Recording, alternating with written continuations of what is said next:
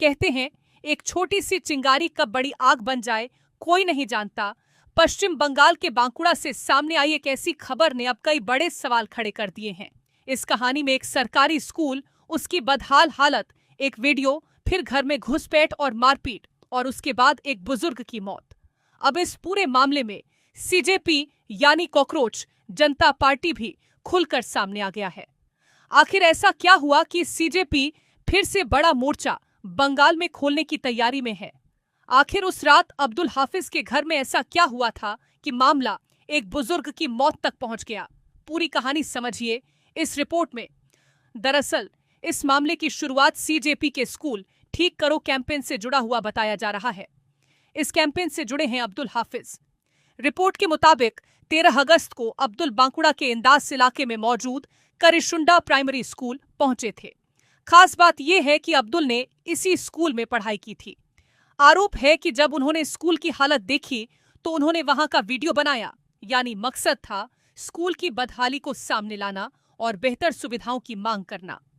Video बनाने के बाद अब्दुल अपने घर लौट आए, लेकिन इसके कुछ घंटे बाद रात करीब 8 बजे आरोप है कि कुछ लोग उनके घर पहुंचे, घर को घेर लिया गया और अब्दुल के साथ मारपीट शुरू कर दी गई। लेकिन सबसे ज्यादा चौंकाने वाली बात यह है कि उनके पिता शेख मोहम्मद माफिक को भी बुरी तरह पीटा गया। अब्दुल का आरोप है कि हमलावरों ने उनका मोबाइल फोन छीन लिया और सिर्फ फोन छीनने तक बात नहीं रुकी। आरोप है कि स्कूल से जुड़े वीडियो डिलीट करने के लिए उन्हें मजबूर किया गया। यहां तक कि जंतर मंतर पर रिकॉर्ड किए गए कुछ वीडियो भी डिलीट करवाने का आरोप है। मेरा नाम है शेख अब्दुल हाफिज़ और मेरा निक नेम है शेख रीक। तो मैं सीजीपी के दिल्ली में जंतर मंतर प्रोटेस्ट में गया था। जाने के बाद वहाँ का जो एजुकेशन सिस्टम है उसको सुधारने के लिए मेरा छोटा सा प्रयास था। तो मैं लौट के आया तो मेरे गांव में, जो मेरा गांव है, मेरा डिस्ट्रिक्ट है Bankura district, police station Indas and मेरा विलेज जो है करिशुंडा, और मेरा जो ग्राम पंचायत है वो है करिशुंडा ग्राम पंचायत। तो अभी जो कैंपेन चल रहा है स्कूल ठीक करो, तो उसके रिगार्डिंग मैं जस्ट अपने जो करिशुंडा प्राथमिक विद्यालय, तो प्राइमरी स्कूल जो भी है वहाँ पे गया था और वहाँ पे जो टीचर था उनको मैंने रिक्वेस्ट किया, सर ऐसा ऐसा है तो मैं क्या कर सकता हूँ? तो उन्होंने बोला कि ठीक है, तुम एक काम करो, कल आना। तो उन्होंने क्या किया, मैंने 11-12 बजे तक गया था दोपहर को। तो उन्होंने बीजेपी के वर्कर को बताया, उन्होंने रात के 8 बजे बीजेपी के वर्कर, कम से कम सारे के सारे बीजेपी के वर्कर आए। आने के बाद सलिया लेके आया, सलिया गले में गर्दन में घुसाने के लिए आया। ये देखो सलिया इधर से गया, मेरा जो सलिया है ना इधर से गया। अगर यहाँ घुस जाता तो मैं स्पॉट डेथ हो जाता। तो मैं बाई चांस बाई लक में बच गया हूँ।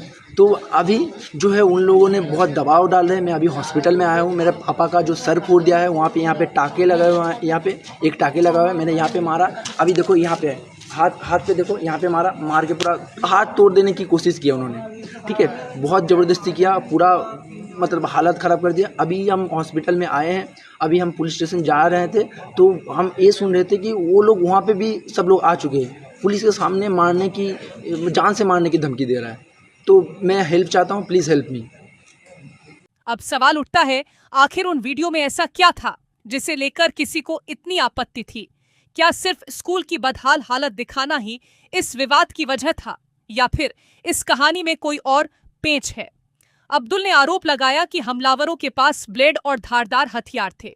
इस हमले में उनके पिता के सिर पर गंभीर चोट आई, उन्हें टांके लगाने पड़े। परिवार का आरोप है कि जब वे अस्पताल और पुलिस स्टेशन पहुंचे तब भी उन्हें धमकाया गया। कहा गया कि अगर आगे ऐसे वीडियो बनाए गए तो जान से मार दिया जाएगा। लेकिन इसके बाद कहानी ने ऐसा मोड़ लिया जिसने पूरे मामले को और गंभीर बना दिया। 15 अगस्त को खबर आई कि अब्दुल के पिता शेख मोहम्मद माफिक की मौत हो गई। अब सवाल सिर्फ मारपीट का नहीं रह गया था, सवाल यह था कि आखिर उनकी मौत किन परिस्थितियों में हुई। पुलिस ने घटना की जानकारी मिलने के बाद शुरुआती कार्रवाई की थी। इंदास पुलिस स्टेशन की टीम मौके पर पहुंची और अब्दुल के पिता और उनकी मां को वहां से निकालकर सरकारी अस्पताल पहुंचाया गया। शुरुआत में पुलिस को अब्दुल की तरफ से लिखित शिकायत नहीं मिली थी, लेकिन पिता की मौत के बाद मामला और गंभीर हो गया। मृतक की पत्नी हसीना बेगम ने इंदास थाने में 10 से 15 लोगों के खिलाफ लिखित शिकायत दर्ज कराई। शिकायत में 5 लोगों के नाम भी शामिल किए गए। पुलिस ने पहले 8 लोगों को हिरासत में लिया था। इसके बाद सभी 8 लोगों को गिरफ्तार कर बिष्णुपुर सब डिविजनल कोर्ट में पेश किया गया। अब इस पूरी घटना में एक और बड़ा एंगल सामने आया है, राजनीतिक एंगल। अब्दुल हाफिज ने आरोप लगाया है कि हमला करने वाले लोग बीजेपी से जुड़े हुए थे। सीजेपी की तरफ से भी इस मामले को लेकर गंभीर आरोप लगाए गए हैं। सीजेपी की फाउंडर अभिजीत दीपके ने घटना पर नाराजगी जताते हुए कहा कि बेहतर सरकारी स्कूलों की मांग करने वाले लोगों को अगर हिंसा के जरिए चुप कराने की कोशिश की जाती है तो यह बेहद गंभीर बात है। उन्होंने साफ कहा कि धमकी और हिंसा से संगठन पीछे हटने वाला नहीं है। वहीं सीजेपी के प्रवक्ता सौरव दास ने भी घटना की निंदा की और आरोप लगाया कि स्कूल ठीक करो कैंपेन से जुड़े अब्दुल के घर पर बीजेपी से जुड़े लोगों ने हमला किया। देखिए, हम लोगों ने एक कैंपेन लॉन्च किया, स्कूल ठीक करो। इसमें हम लोगों ने लोगों को बोला एंड पेरेंट्स को बोला कि अपने अपने पास वाले लोकल गवर्नमेंट स्कूल्स पे आप जाइए एंड वहाँ पे जाके एक सोशल ऑडिट करिए, देखिए कि वहाँ पे क्या क्या खराब है। अब जब ये हम लोगों ने कैंपेन लॉन्च किया 13 तारीख को, अब्दुल नाम के एक 26 साल के व्यक्ति है जो यहाँ पे भी हमारे साथ चलो संसद वाले प्रोटेस्ट में, जंतर मंतर वाले प्रोटेस्ट में उन्होंने भाग लिया था। तो वो सीजेपी के मेंबर अब्दुल उन्होंने 13 तारीख को अपने लोकल गवर्नमेंट स्कूल वहाँ पे गए बंगाल में एंड वहाँ पे जाके टीचर से बोला कि हम आके ऑडिट करेंगे इसका नेक्स्ट डे।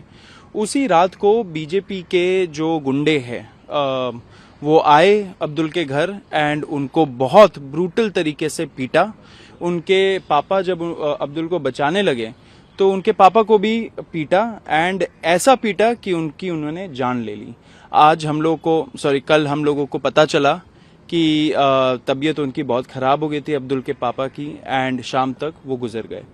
तो बहुत बहुत निंदनीय चीज है, ऐसा हो रहा है। हम लोग तो एक कैंपेन चला रहे कि गवर्नमेंट स्कूल्स ठीक करें, मतलब इसमें बताइए सब लोगों को सपोर्ट करना चाहिए, कोई भी विचारधारा के लोग हो।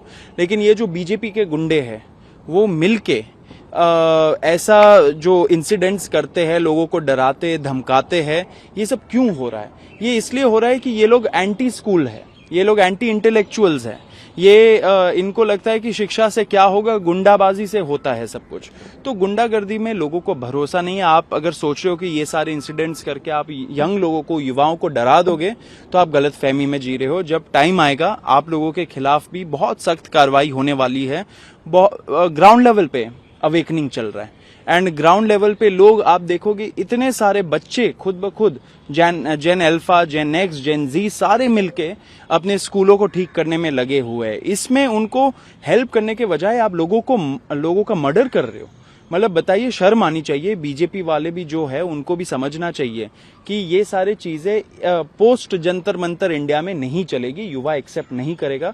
उनको अपोलोजाइज करना चाहिए इस चीज के लिए। इसलिए हमारा जो एक डेलीगेशन है, आशुतोष रांका जी जो है, आशुतोष जाएंगे बंगाल, कल जाके अब्दुल से मिलेंगे, उनके फैमिली से मिलेंगे एंड पुलिस को बोलेंगे कि ऐसे लोगों को सख्त से सख्त सजा देनी चाहिए। एंड जब तक सजा नहीं मिल जाती है, जब तक उन्हें justice they are not brought to justice, तब तक हम लोग रुकेंगे नहीं। सीजेपी का पूरा फैमिली एंड सारे युवा अब्दुल के साथ है, अब्दुल के फैमिली के साथ है। बीजेपी ने भी अपना पक्ष रखते हुए कहा है कि जांच में अगर उसके कार्यकर्ताओं की भूमिका सामने आती है तो सख्त कार्रवाई होगी। यानी फिलहाल आरोप दोनों तरफ से हैं और सच्चाई पुलिस जांच के बाद ही साफ होगी। लेकिन बड़ा सवाल सीजेपी को लेकर है, क्या बांकुड़ा की ये घटना अब नए आंदोलन की वजह बनेगी? क्या स्कूल ठीक करो कैंपेन और तेज होगा? फिलहाल सीजेपी ने किसी बड़े आंदोलन का ऐलान नहीं किया है, लेकिन नेताओं की तीखी प्रतिक्रिया से साफ है कि मामला अभी खत्म नहीं हुआ है। अब सवाल आपसे, क्या सरकारी स्कूलों की बदहाली पर आवाज उठाने वालों को सुरक्षा मिलनी चाहिए और क्या सीजेपी को इस मुद्दे पर बड़ा आंदोलन करना चाहिए? अपनी राय कमेंट में बताइए। ऐसी ही अपडेट्स के लिए जुड़े रहिए